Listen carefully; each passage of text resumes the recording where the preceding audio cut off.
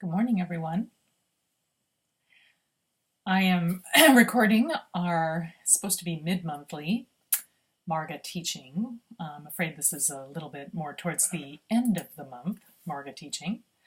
But I hope that maybe by straddling August and September with a few comments around what we are doing for this 6-month period, hopefully that will be helpful for everything that comes now from now on, and also maybe be helpful for what we've been doing for the month of August as well. So I'm going to mostly be just talking about some key points from As It Is, the readings for August, and at the same time just branching out a little bit from those readings to discuss some of the more general topics that you could say are behind this Vipassana inquiry practice, in the hopes of maybe clarifying some of the reasons why we are focusing on these Vipassana practices now.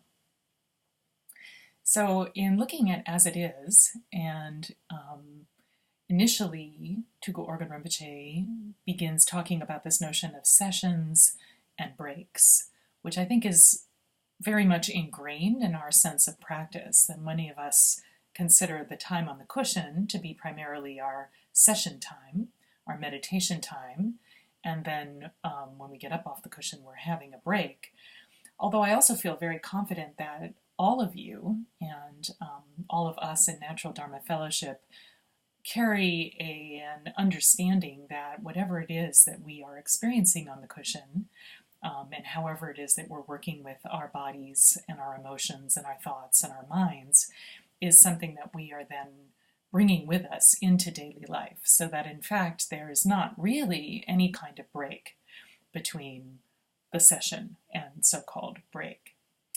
But when you get into these kinds of practices where you're really working to recognize and rest in the nature of the mind itself, in Rigpa, this notion of sessions and breaks definitely has to dissolve, because the more often we can remember to sit back, to let go, to relax, and to simply be present with things as they are, to recognize that we are inhabiting a much larger situation than the discursive, conceptual, directed mind is essential for allowing Rigpa to begin to emerge more and more and more into our direct experience.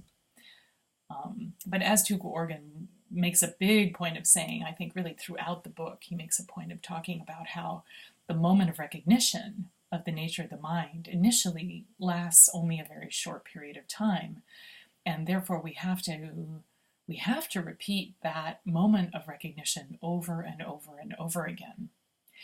And remember that what's important here is the actual moment of recognition. It's not so much the resting, although of course that's important too, but it's the moment of recognition where you have a sense that you've accessed the bigger picture somehow.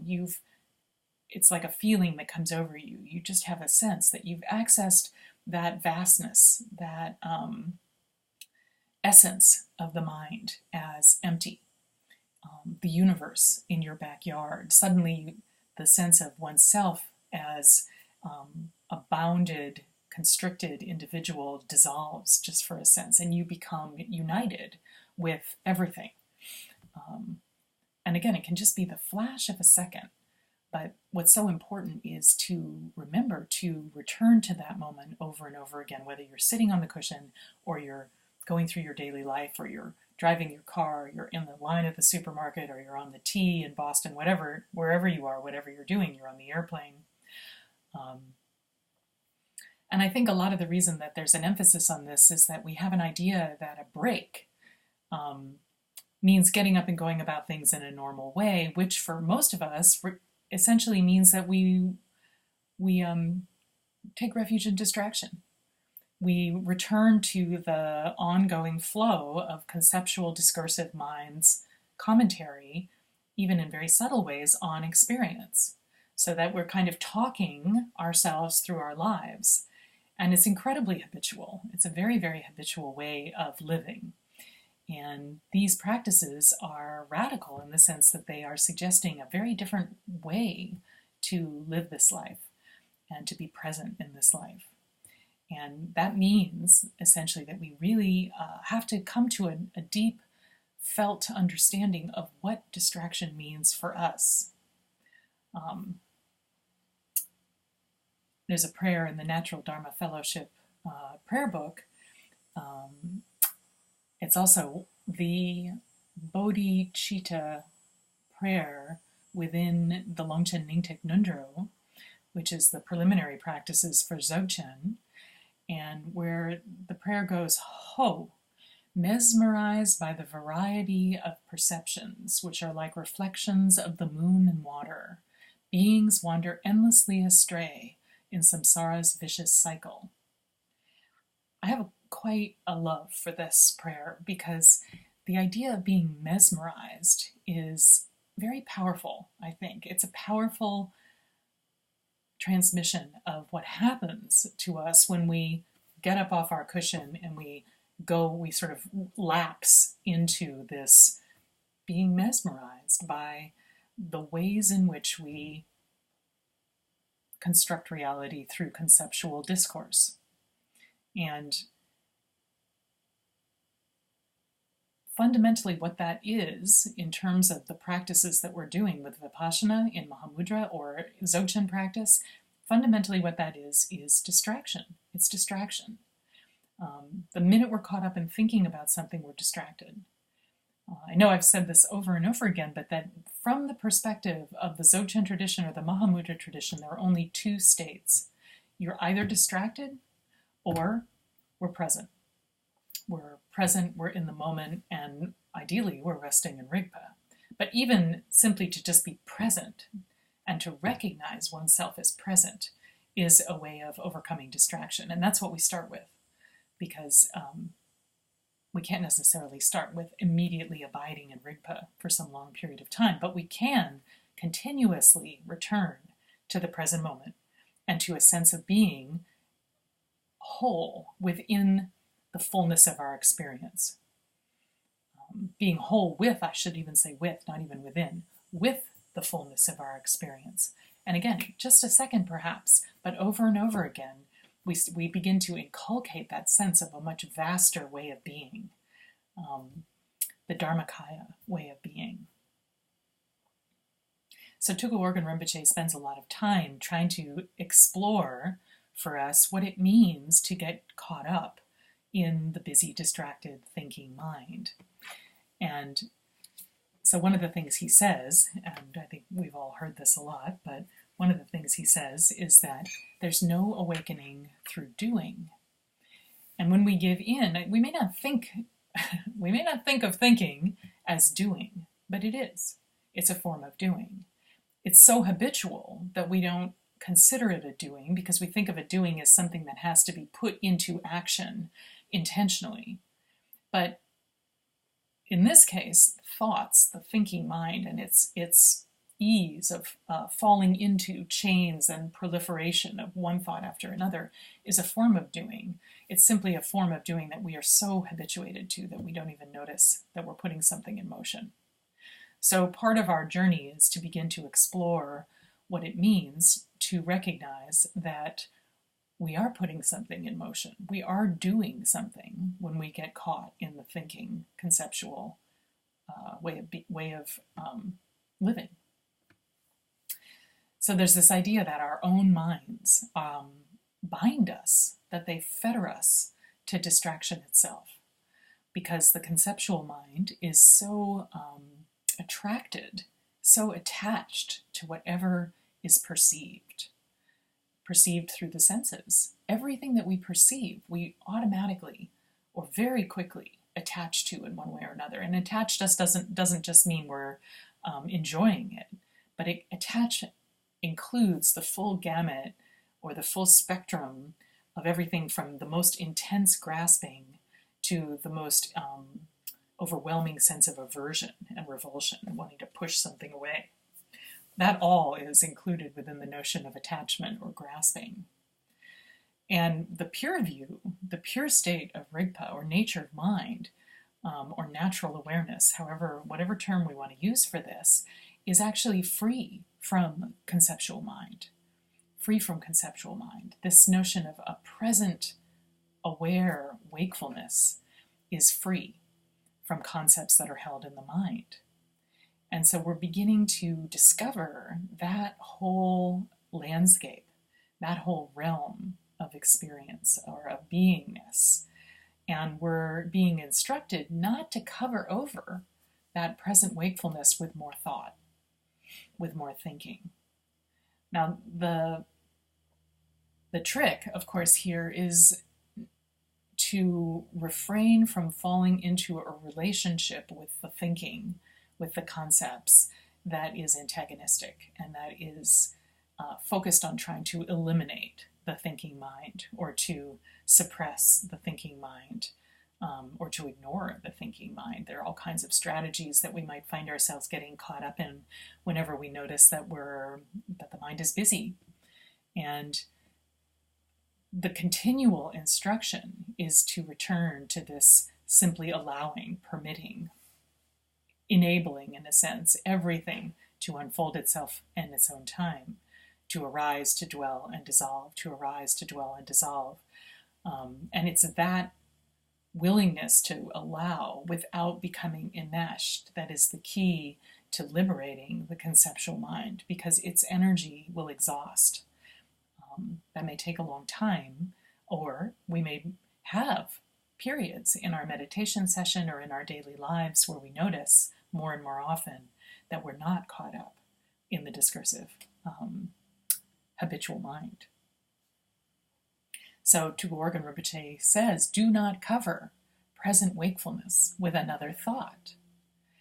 And that the very root, and I think this is pretty interesting, he says the very root of forming concepts is the holding in mind of what is perceived. And he gives the example of identifying something like saying, this is a cup. This is a cup, actually it's a mug. See? And that he says that the yogi or yogini, in the moment of seeing a cup, recognizes the nature of the mind that sees the cup. So that's a very different process than the process that observes, has a visual perception of this cup, and then labels it, gives it almost automatically a discursive identity, a conceptual identity that, number one, entirely limits that experience. It limits what's perceived. It constricts what's perceived. It puts a boundary around it so that we actually don't see it. We don't see it completely. We only see a fraction of what's there. We don't see it as it is. But this idea that the yogi, in the moment of seeing the cup, recognizes the nature of the mind that sees the cup suggests a very different process that's taking place. A process in which, in any moment of perception, hearing a sound, feeling a sensation, tasting a flavor of some kind, or seeing a visual object, that the yogi or yogini, the action, if you can call it an action, is to recognize the nature of the perceiving mind in that moment. And in that moment, in the moment of seeing that nature, and what is that nature? Okay, so this is something that we have to continue to hold in mind. The nature of that mind that sees is empty. It doesn't truly exist as anything at all. It is aware. It's awake. It's luminous. And it is unconfined. It is vast. It is creative. It is expressive. And I'll come back to that in a few minutes. But that moment of recognition of the mind itself is the key to this kind of practice. Because in that moment of recognizing the nature of that mind that sees or hears or tastes, the production of concepts ceases. And there's no attachment to anything at all. There's just a simply allowing the presence of visual form, audible sounds, sensations, to simply be, just be. And the metaphor that we use sometimes for this is allowing the sense perceptions to simply be like the reflection of the moon and stars in a still pool. I find that also a very helpful transmission of how to be within a form, because we're encased within this karmic body. And again, I'm going to come back to that in a moment, but we are not in a position where we can deny the experience of sense perceptions. Part of being embodied means that we experience sensory perception. So how can we use sensory perception as a tool to awaken rather than as a further means of entrapment and concept? And I think this is what Tugorgen's pointing to here, is that he's trying to suggest that actually the experience of sensory perception can be a tool for continuously popping us back into a direct experience of the nature of mind itself. But we have to train ourselves to relate to what we experience from that perspective. So when we recognize the nature of the mind that perceives, in that moment, there are no concepts. There's the concepts drop away, and there's no grasping, there's no attachment. In fact, in those moments, the concepts of both the subject, the seer, the one who's seeing, and the object, what is seen, dissolve. They fall apart. So there's actually a moment of non-duality that unfolds right in that instant. And more, we are working to fall into those moments of non-duality, to simply be present with all that is, as all that is. So once Tugorgen's kind of laid that ground, then he gets into describing or talking about what is a thought. Because a lot of the investigations that we're doing, we're looking into the moving mind. We're looking into the way that thought arises, where thoughts arise from, where do they dwell, and where do they dissolve. Getting to know the nature of thought. So he asks us to explore what is a thought. And his initial answer is also, again, I think very useful for us to think about more deeply. He says on page 149, he says, a thought is simply the extroverted expression of knowing, of awareness. A thought is simply the extroverted expression of knowing, of awareness. In the moment of recognizing the nature of what thinks, there is no way for this expression, the thought, to remain. Your naked essence is then an actuality. So this idea that a thought, the thoughts that we experience, are extroverted expressions of knowing, of awareness, is very intriguing. I think that's a very intriguing idea. I've also heard one teacher describe how depression, the experience of depression, is the experience of the thinking mind, the aware mind, turned inward on itself in a negative way, so that it gets caught in its own proliferation, but in an internal way. Whereas here he's describing how thoughts are like an extroverted expression of knowing. So rather than simply resting in knowing, resting in awareness, there's this activity, this extroversion, this expression that wants to come out. And if we were able to understand this expression from the pure perspective of it as wisdom or as compassion, then there would not be a problem. But on most of us at this point, we tend to experience that extroverted expression as concept, as what's called namtok in Tibetan, continually, the discursive mind's continual proliferation of itself. So again, the instruction here is not to look necessarily into the nature of what is the thoughts themselves, although that is also a practice that we can do, but to look into the nature of what thinks. What thinks, the thinker. And as soon as we bring our own gaze back upon itself, it dissolves itself. It collapses the subject-object duality, and there's no way then for that thought to remain. It can't stay in that environment. And what we do experience in that moment is our naked essence. Even again, if it's just for a second, just for a flash of a second, we experience our naked essence. So, in order to continue to, we could say, whittle away at the habit, at the habitual extroverted expression, we have to continue to, in a sense, turn that extroversion and you can feel it with thought, right? If you really, when you're caught up in thought, you can feel this sense of everything is kind of moving outward. There's this energetic outward tug, in a sense, that's pulling us. Especially if, for example, if you get caught up in a very, it's something that really has bothered you, or you get sort of obsessed and you find yourself, enacting conversations with somebody where you think, I should have said this, I could have said this, I want to say this, and you're creating these scenarios in your mind, which we all do.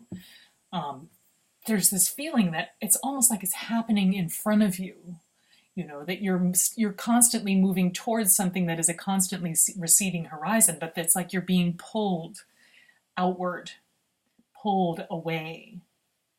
And the instruction here is exactly the opposite. It's to turn that awareness that is habitually used to expressing itself through the discursive mind in an extroverted way, to turn that awareness inward on itself. And I think I read this section from, what's his name? The Columbia professor, Robert Thurman. I read this section from him this summer where he describes how it's like awareness spins back on itself, like a diamond spinning on itself, and cuts itself so that it can no longer fixate on anything. It simply dissolves into openness, into its naked essence. So whenever you find yourself, or you notice that you're caught into that extroverted, pulled out busyness, or obsessive busyness even, if you can remember in that instant to turn your awareness back on itself, we described this over the summer retreat as to have you turn your gaze, your eyes look back at themselves, you look back into the mind itself. And in that moment, there is no possibility for thought to remain. It dissolves, and we are left hanging, in a sense, suspended, or really merged into a unification with all that is. So the key point then of the mind in this case is to begin to be free of these thoughts of the three times and to remain in this experience of present wakefulness, which is not contrived. It's not anything that we can construct. It's not fabricated. It's simply present in the moment, and it's wide open. It's wide open. So the real obstacle here is this notion of distraction. When we're caught up in this extroversion, we're distracted. And Tuchel Organ says a distraction from resting. And he uses that word resting. Distraction from resting in awareness is true delusion. So being distracted from resting in awareness is to be caught in samsara, to be continuously caught in the samsara of our own creation. Nothing else is creating samsara for us. We're creating it for ourselves. And he says too that this mindfulness is the very heart of Dharma practice. So it is a mindfulness. And again, the term for mindfulness in Tibetan is drenpa. And Drenpa, the root of that word is memory, to remember. So mindfulness in this case is a remembering to turn awareness back on itself whenever we find that we're distracted, to return to the simplicity of being present with things as they are. And it is a mindfulness. It's a tool that we have because we can do it, right? If I tell you to do this on the spot, or somebody tells you to do it on the spot, you tell yourself to do it on the spot, you can do it. It doesn't last very long, perhaps, but you can do it. And what that means is that we possess that capacity, and yet it's not strong. We haven't strengthened it. So much of our practice at this point is to strengthen that muscle of mindfulness so that it becomes automatic. It becomes something we don't even have to initiate. It simply occurs.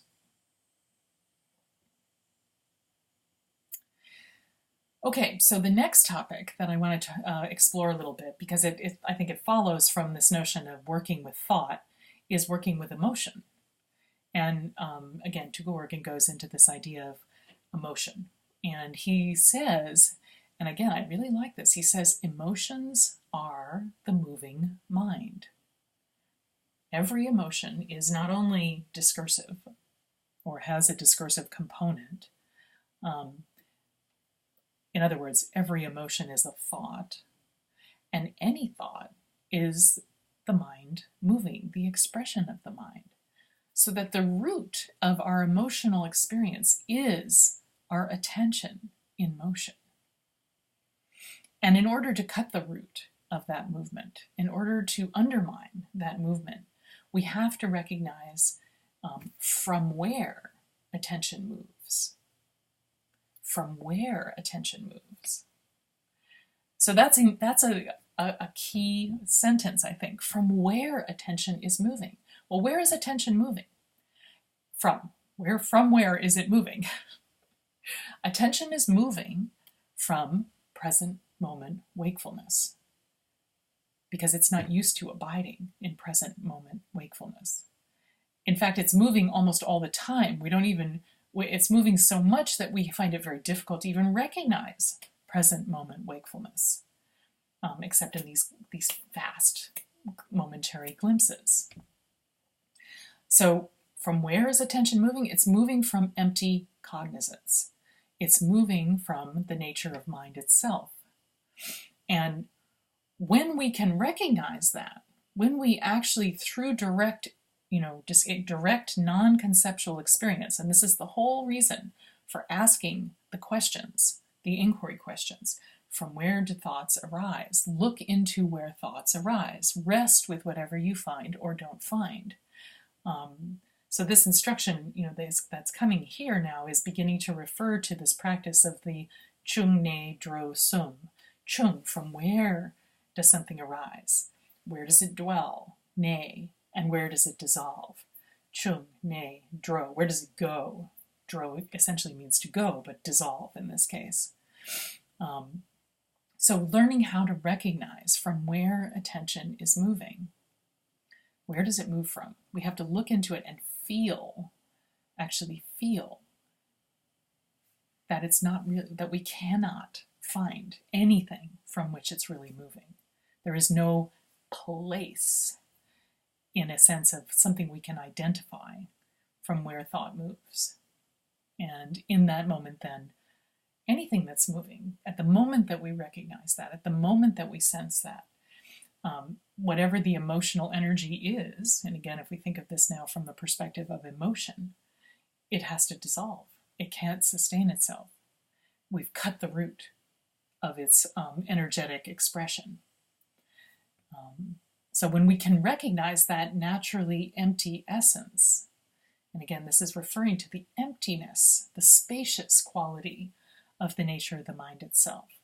When we recognize that spaciousness, that lack of a definable, identifiable thing, any kind of thing, then thinking dissolves, emotion dissolves. There's nothing to sustain it anymore. The only thing that sustains emotion, that sustains thought, is to continue to invest oneself within it, to get attached to it.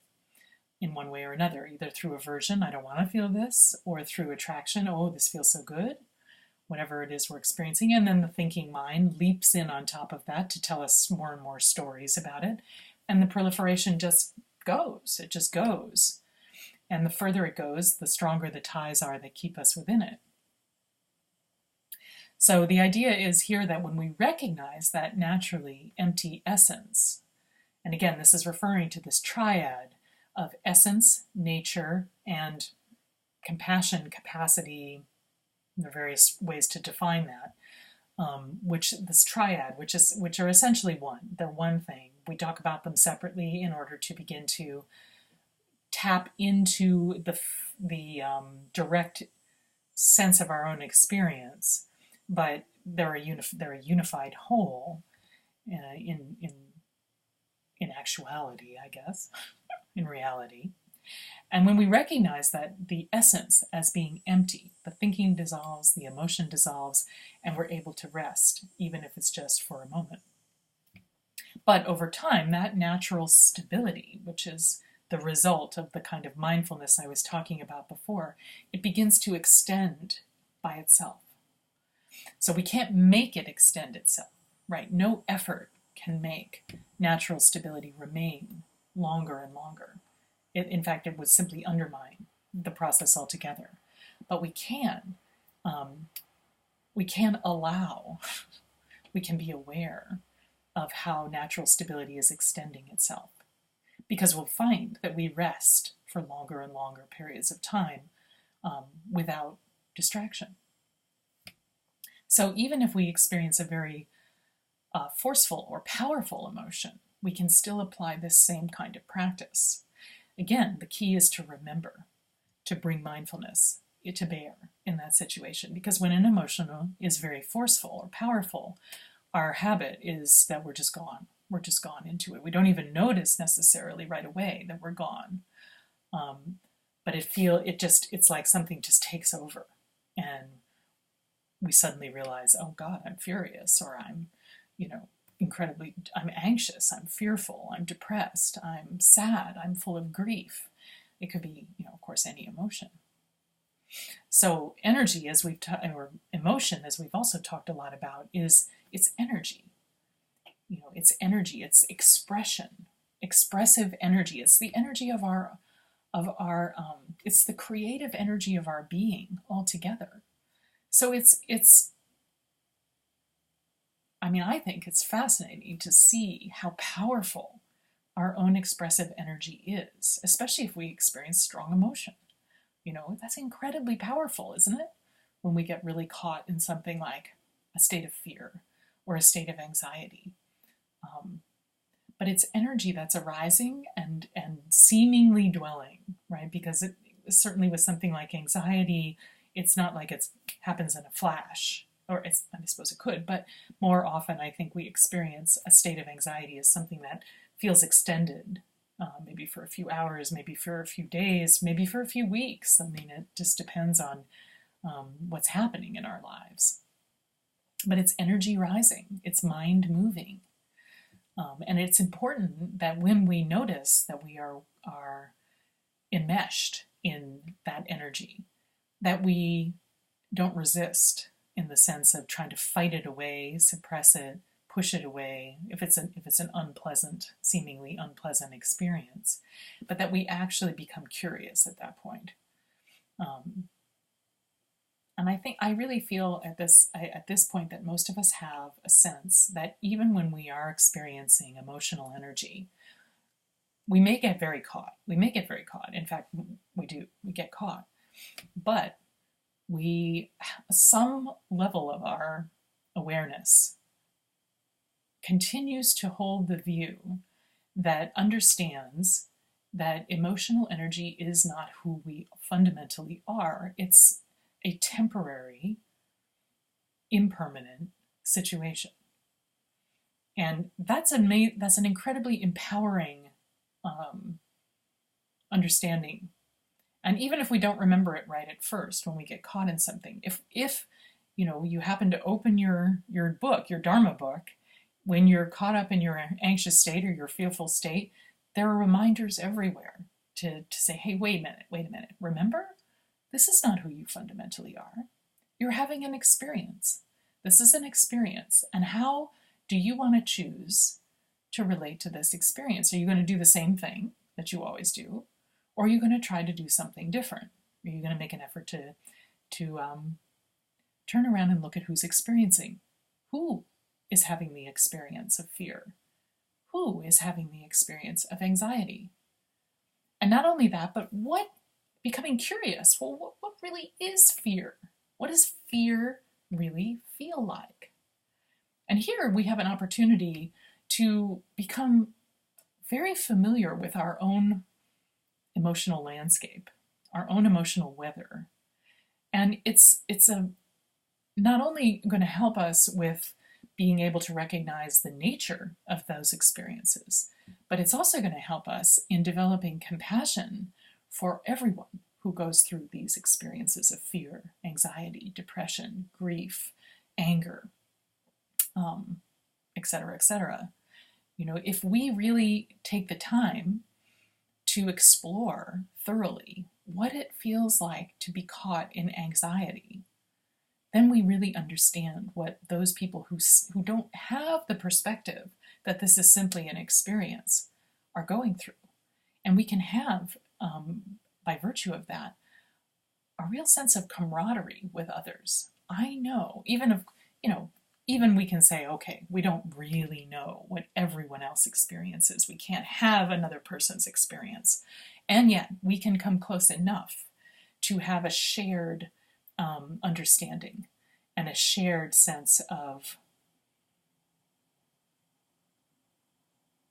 compassion, of concern, of recognition, which is very powerfully bonding. I think we all know that.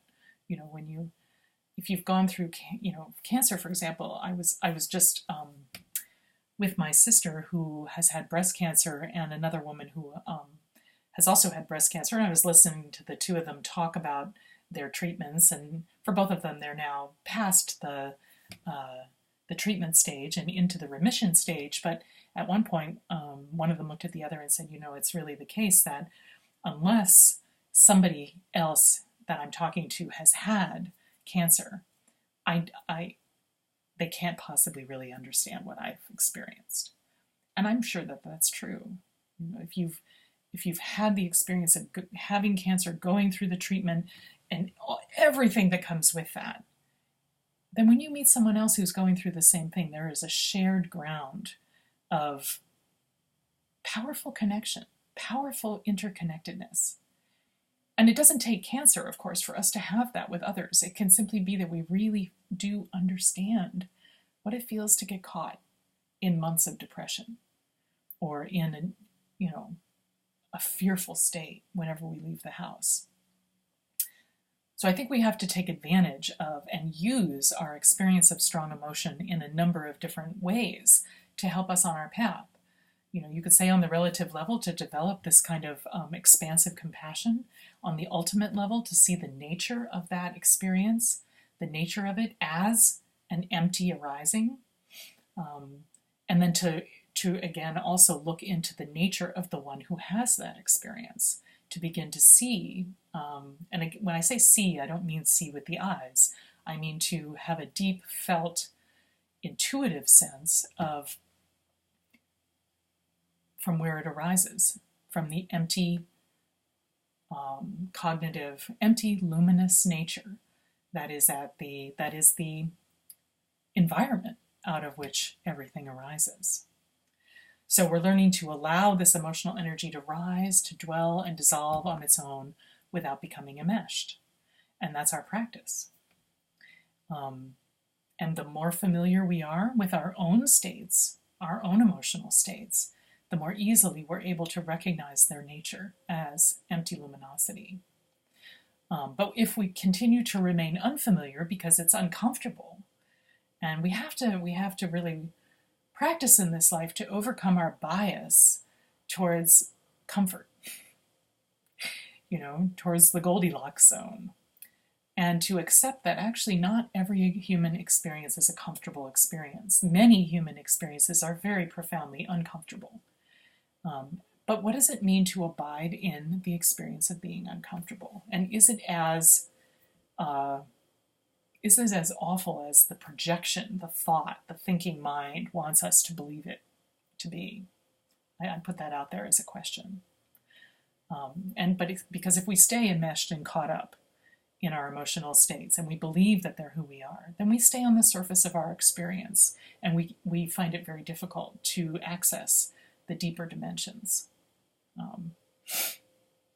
I want to read you a paragraph, a short paragraph from a wonderful Dzogchen master, Dudjom Rinpoche, who died, let's see, I guess he died maybe in the 1970s or 80s, I can't exactly remember. But his Yangtze, his reincarnation, is currently about 30 years old and is traveling and teaching, but this is from the previous Dudjom Rinpoche. He says, "Doesn't a thought suddenly arise?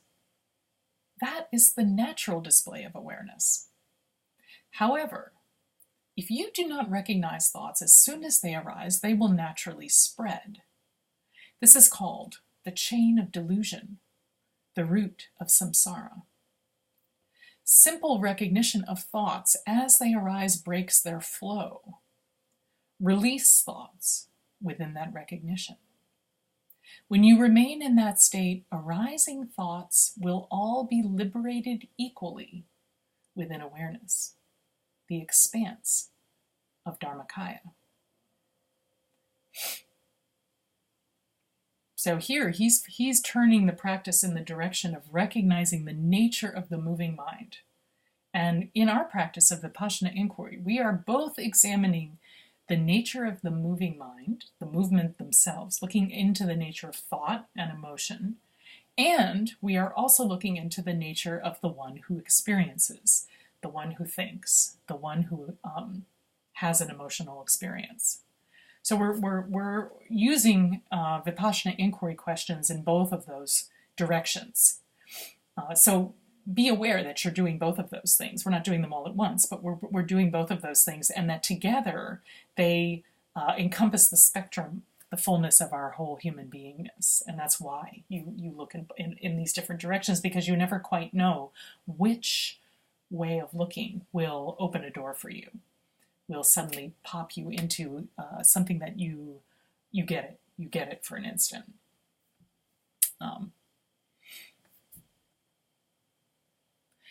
Okay, so just moving on a little bit further, there is a question that a student asks Tuku Organ Rinpoche that I think is a very helpful question for us to think about. And I didn't write down the page, but I think probably you might remember this. Again, it's in As It Is. The question is, what should we do about the subtle grasping that doesn't disappear when recognizing mind essence? The subtle grasping that doesn't disappear when recognizing mind essence. In other words, why is it that when we do recognize mind essence for an instant, that's not it? We're not done. Why aren't we done? Why don't we just get it and that's it? Well, because of all these levels of grasping that are much more habitual to us than recognizing mind essence. And so becoming familiar with what subtle grasping manifests as for us, or like for us, as well as gross levels of grasping, which are perhaps easier for us to recognize, and no doubt easier. But subtle grasping requires a refinement of our awareness, requires us to begin to explore more and more subtle levels of our experience. And again, this is why we're practicing these Vipassana inquiry practices, is because they work to refine awareness, to refine the subtlety with which we can experience this habitual mind's manifestations, so that we stop just experiencing gross levels of grasping habitual mind, and we start to see how subtle, refined, and pervasive the discursive mind is, the habitual mind is. So what is subtle grasping? I'm just going to give a few examples, and I think that there are many, many more, and we each need to discover them on our own.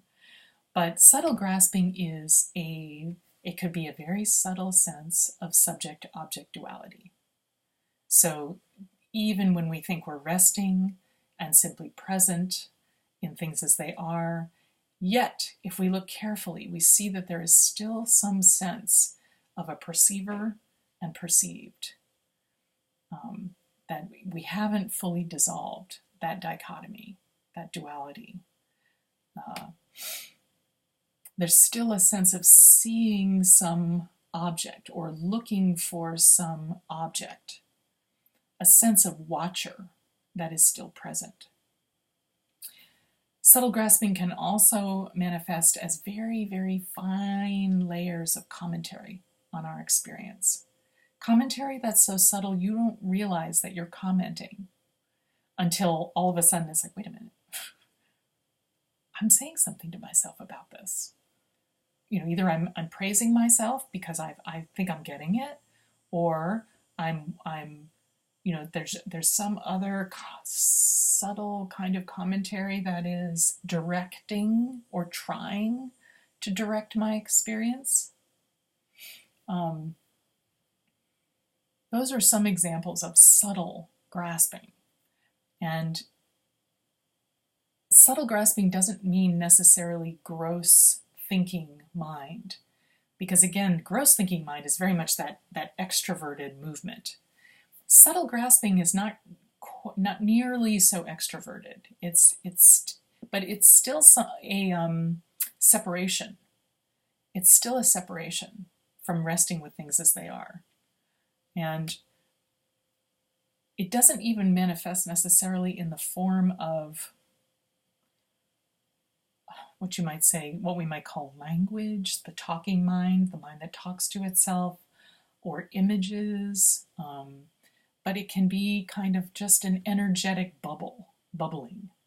This kind of bubbling sense, something's going on there. So Tuku seems to be suggesting that in a genuine recognition of Rigpa, of the nature of mind itself, no thought, no emotion, or habitual tendency can be present. It can't remain. It cannot, it's got nothing to feed it, and it dissolves. So he says that when it seems like these aspects of experience don't dissolve, it's because we lack stability in Rigpa. And then again, we're right back to the initial topic that he brought up at the beginning, no difference between sessions and breaks, gaining stability in recognition of Rigpa. And here's his quote from page 155, which again I think is very, very helpful. Rigpa is neither caught up in the object perceived, nor with the sense organ through which perception takes place. It is not caught up in the perceiving dualistic mind. Rigpa is not caught up in anything whatsoever. Rigpa means the state that is totally untainted by any obscuration, negative karma, or habitual imprint, just like mercury remains unaffected by whatever it touches. I think we can gain a lot of understanding about Rigpa from this metaphor of mercury. Or at least it suggests something that is a helpful direction to just sort of turn towards. The idea that Rigpa is like mercury, and dualistic mind, or what in Tibetan is called the Sem mind. I think some of you've written that term down a lot. Sem mind means dualistic mind, habitual mind, conceptual mind. Because again, there are all these words in Tibetan for mind. But the Sem mind is the conceptual mind, the dualistic mind. He says Rigpa's like mercury, and the Sem mind is like water. So perceived objects, what we experience through our senses, and the sense organs themselves, and the perceiving frame of mind, the mind that has this dualistic frame, that these are all like dirt. Not a very nice way of describing our sensory experience, but like dirt. But if you pour mercury on the ground, on the dirt, it just rests on the surface, right? It doesn't mix with the dirt at all. There's no tainting or contaminating of that mercury with the dirt in any way at all. It remains completely unmixed, completely unaffected by this other dimension of our experience, which is sensory perception, thinking mind, conceptualizing experience.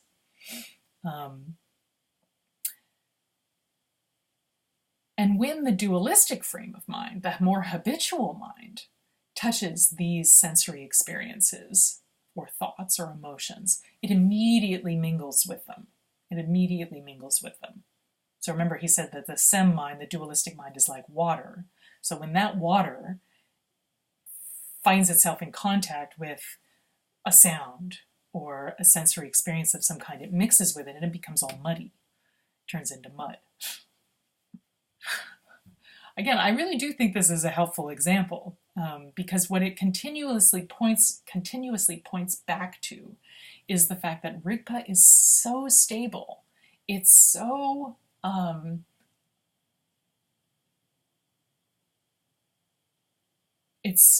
diamond-like. Remember, it's known as Vajra.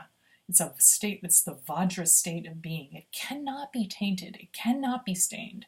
It cannot be altered in any way.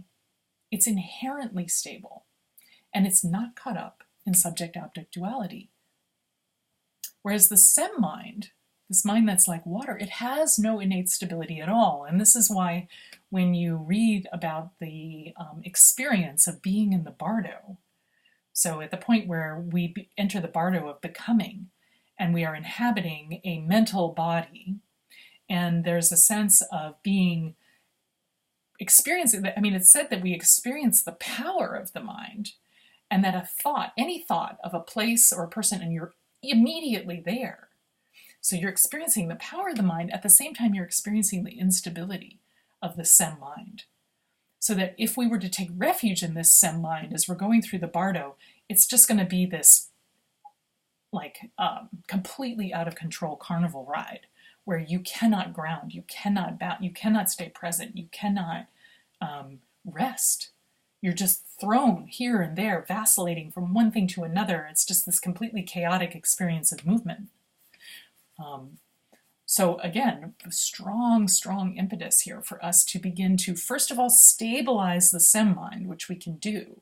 And it's what we do when we do any kind of focused shamatha practice where we're focusing on an object, because we're using the SEM mind to stabilize itself.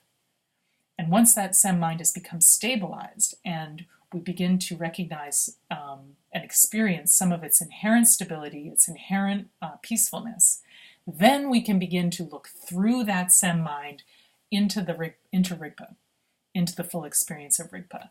That's what we're doing again with these Vipassana inquiry questions. We are, having laid the basis, the foundation of shamatha, through all the shamatha practices that we did for the first 6 months of the Margha program, this Margha year, we are now from that state of a stable, peaceful, resting shamatha, where SEM mind has been calmed, or it's actually just relaxed into its own calmer essence and stable essence.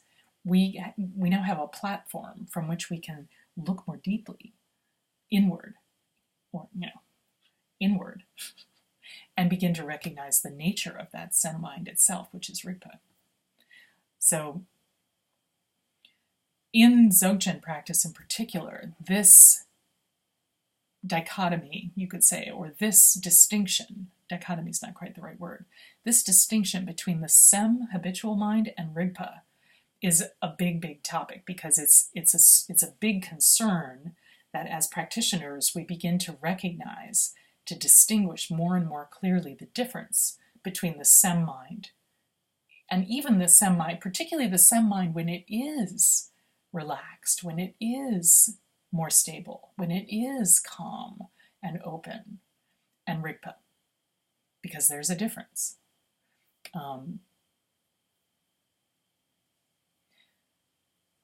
You can find all kinds of teachings on this, and Tugu also does explore some of this without necessarily giving it, contextualizing it in that way.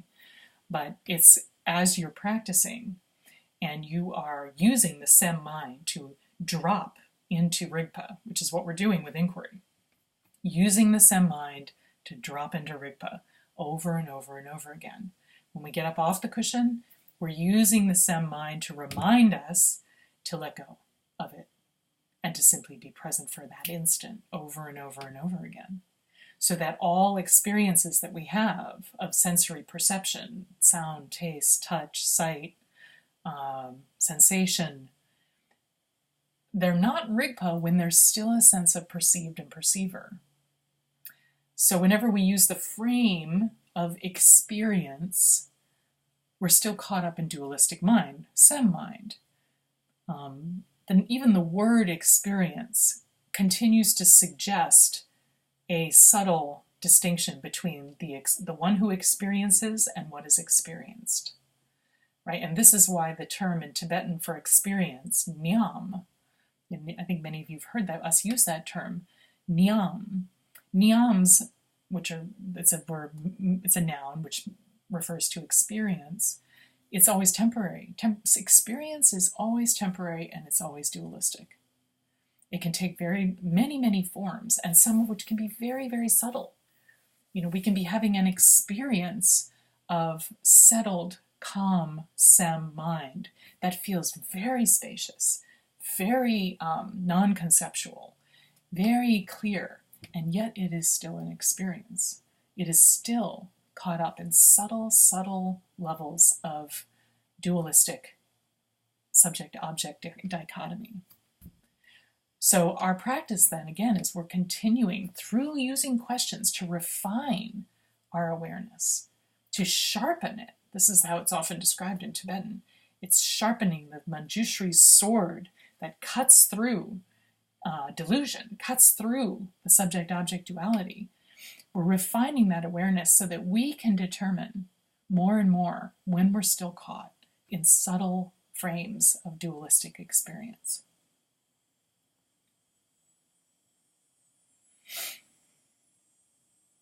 Okay, I think I'm coming to the end of what I wanted to share today. Actually, I had more, but I think that I've probably reached the end of my time.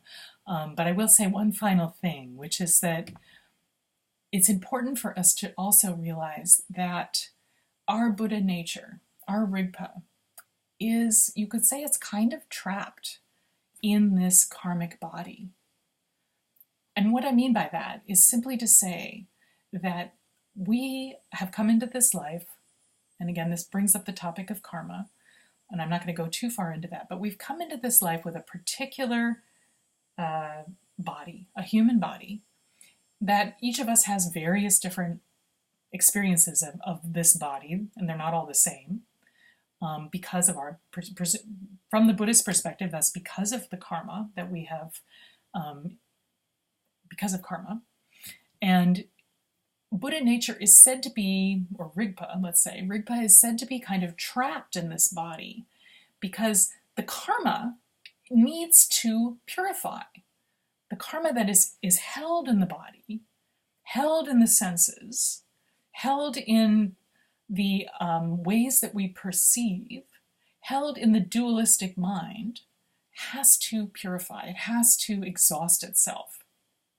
And again, this is why when we practice, the more we can simply allow, permit, relax, release, let go, be present, and sustain, the more this karmic body will, every part of it. Now again, karmic body here refers also to that SEM mind, that conceptual, habitual mind, will begin to exhaust itself. So that may be, for example, why you might experience some particular sensory experience, like a physical pain in the body that you don't have when you're not practicing, or that is changing and morphing as you practice. And it's because something is trying to purify. Something is trying to come out. It's trying to express itself. If we can abide and permit and allow, then we're giving permission to this karmic body to purify itself. the more it purifies itself, the more access we have to Rigpa, to our inherent home, our nature. If we don't allow or permit any part of our experience, it's going to be difficult to access Rigpa in a sustained way. So again, our practice is including multiple elements, right? It's not we're doing just one thing. And yet I think it's quite a simple thing. It's a simple practice in the sense that we're told, we're instructed, place yourself in present moment awareness and be. Don't do anything. Don't fabricate. Don't push away. Don't cultivate. Don't think about. Don't encourage anything other than simply being present. In fact, that's all that needs to happen, because then, because this is a constantly changing phenomena, this karmic body, whatever needs to be purified will begin to purify itself. That's important, that this, and the more that purification happens, the more we let go and tap, even for a second, into the expansive nature of our being. It's said in those moments of dropping into the nature of mind itself, we purify eons of karma in those instants. So the more we can do that, the more that naturally, of its own accord, this karmic body will purify itself. And whatever needs to be purified to return us to the ground of Rigpa will purify itself. Impermanence is our friend in this case, because whatever needs to be purified is impermanent. So even though we may suffer to some extent when we experience some of this purification, these are temporary experiences. And if we can relax with them and permit them and allow them, we're coming closer and closer to having that particular karmic manifestation exhaust itself. So you could say that our experience of body, speech, and mind, it's a living symbol of impermanence and change. And our instructions in this case, in how to be, are innate to the experience. There's no choice, right? There's no choice. We either let go, or what's the bumper sticker? Let go or be dragged. Have you guys seen that one? In other words, let go or struggle, suffer. I think that's a great bumper sticker. I want to get one of those. Let go or struggle. Let go or be dragged.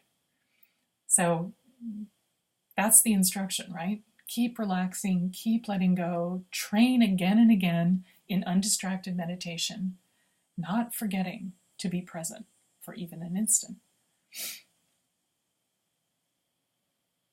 I'm so glad we're all on this path together, and I really enjoy working with all of you, and it was such a joy to see those of you who came to the retreat this summer, and I hope to see all of you in one way or another in the coming year.